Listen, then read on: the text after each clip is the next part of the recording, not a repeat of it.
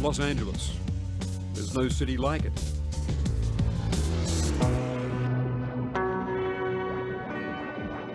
It's a big slab of American economic, cultural and political power. It's here that myths are made, stars born, and politics mixes with celebrity. And it's the home, perhaps the unlikely home, of America's last and lonely dissident and radical.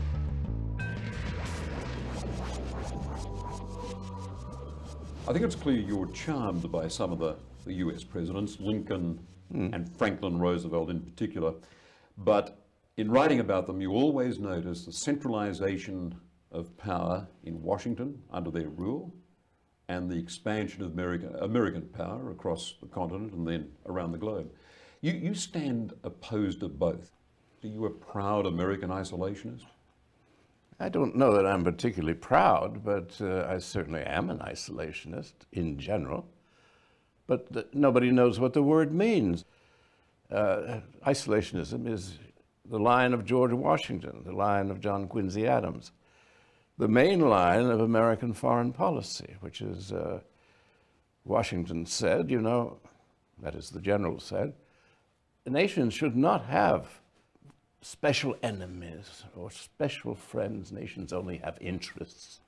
And how do you rate this president? Well, it's the worst in our history. And it's eerie.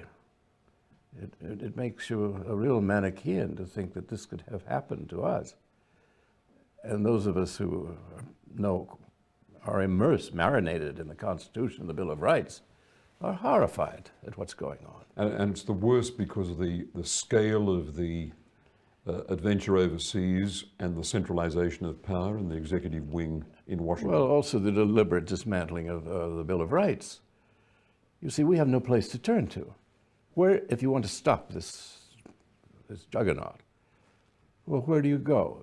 Well, normally we'd go to the judiciary, we'd go to the courts, so you go to the appellate court. If that didn't work, you try the Supreme Court.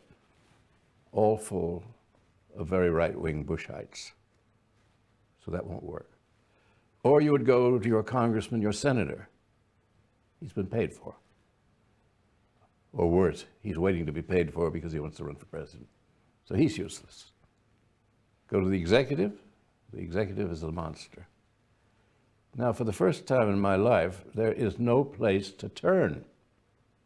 We're in a cage. And information from outside doesn't get to us. So we're cut off from information. We're cut off from orderly democratic processes to protect ourselves. And we are adrift.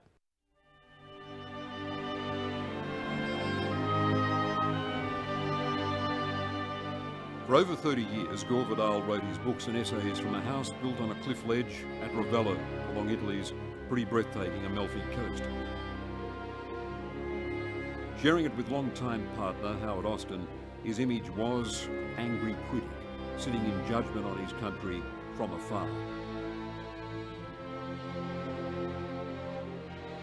In reality, he'd never abandoned the United States, and now with the death of his partner, he sold Ravello and lives in Hollywood. It's here he holds court with friends in journalism and movies. Conversation? Nearly always politics. Nixon also had, those of us who have studied him, no conscious mind. The unconscious was just working all the time and just... As US presidents expanded their nation's power and produced the American century, Vidal's been watching. Now, Gore, let's go through some of the US presidents. In your portrayal of Franklin Roosevelt, behind the charm, you detect someone who wants a new deal, not just for America, but for the whole world. And part of that new deal is really breaking up the British Empire and opening the British Empire to American goods, making them American markets. Well, that was to be first step, yeah. He was more ambitious than that. I mean, he was very anti-British. Poor Churchill never figured this out, that this was no friend of England. And toward the end, after Yalta, Roosevelt said, you know, you're going to have to give up India. now the war is winding down. Thus the emperor spoke. And Churchill says, and there are many witnesses to this scene, Churchill said, well, as quickly as that, it's going to be chaos if we suddenly leave. There was. And Roosevelt said, it has to be done. The colonial European empires have come to an end. This is the first ukase from the emperor. And Churchill said, well, what do you want me to do? Get on my hind legs like your little dog Fala? And the empress said, yes. That is how the world was transformed. And then Franklin was followed by Harry Truman, who you... Believed in the... Oh, he to me You was... especially dislike him, don't you? Very much. He created the American security state.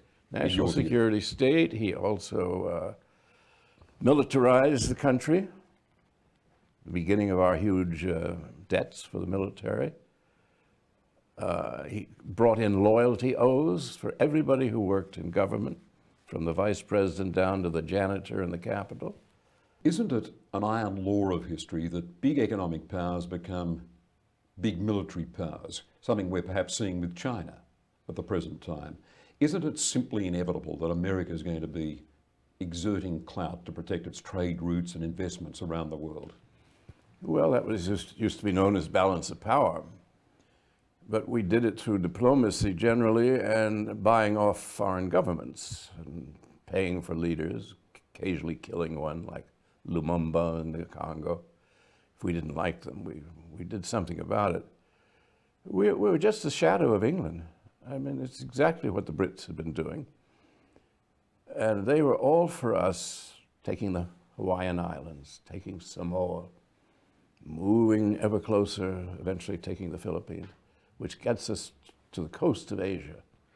Australia's got a special perspective on this because in 1942 we faced the real prospect of a Japanese invasion. And fortunately, America was engaged in the region because of the Philippines. Yes. And it was a lucky stroke for us. Australians have got a more benign view of America's world clout than you as an all-purpose American critic would have. Well, I would suppose that it was nice when you get attacked by Japan, that the United States, just with all its wealth, forget our military prowess. We had all that money, which Hitler never took into account. So to have an older brother to your east who could enter the lists on your side is benign. We're grateful to the American taxpayers for picking up a lot of Australia's defence expenditure. I mean, without that American insurance policy, Australia would have to spend a lot more on our continental defence. Yeah, the only down payment you made was Alice Springs. The American bases, Yes. the American communications Yes. bases, yeah. That was. Which rendered us, for a while at least, a nuclear target. Yes.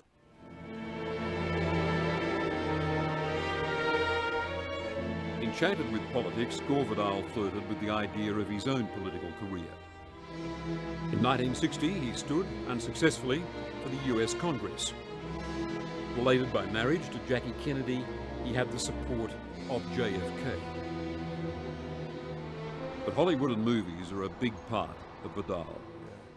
This is the section of Hollywood where back in the 20s, the silent days, all the movie stars lived along here. In 1955, Vidal had begun work as a screenwriter for MGM. He took me to the film lot, now owned by Sony Pictures. Here in 1958, he co-wrote the screenplay of Ben-Hur, a piece of Roman history from someone ever ready to chart America's decline and fall. Now, as a motion picture, Ben-Hur has inspired enthusiastic acclaim in every corner of the earth.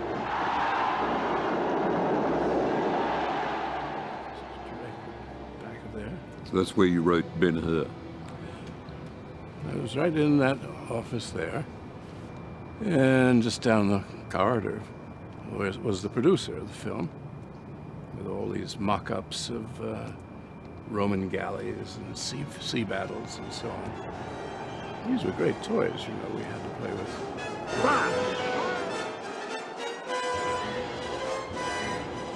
Then we had a general errand boy whom you'd call for if you wanted have your script delivered to the producer down the hall.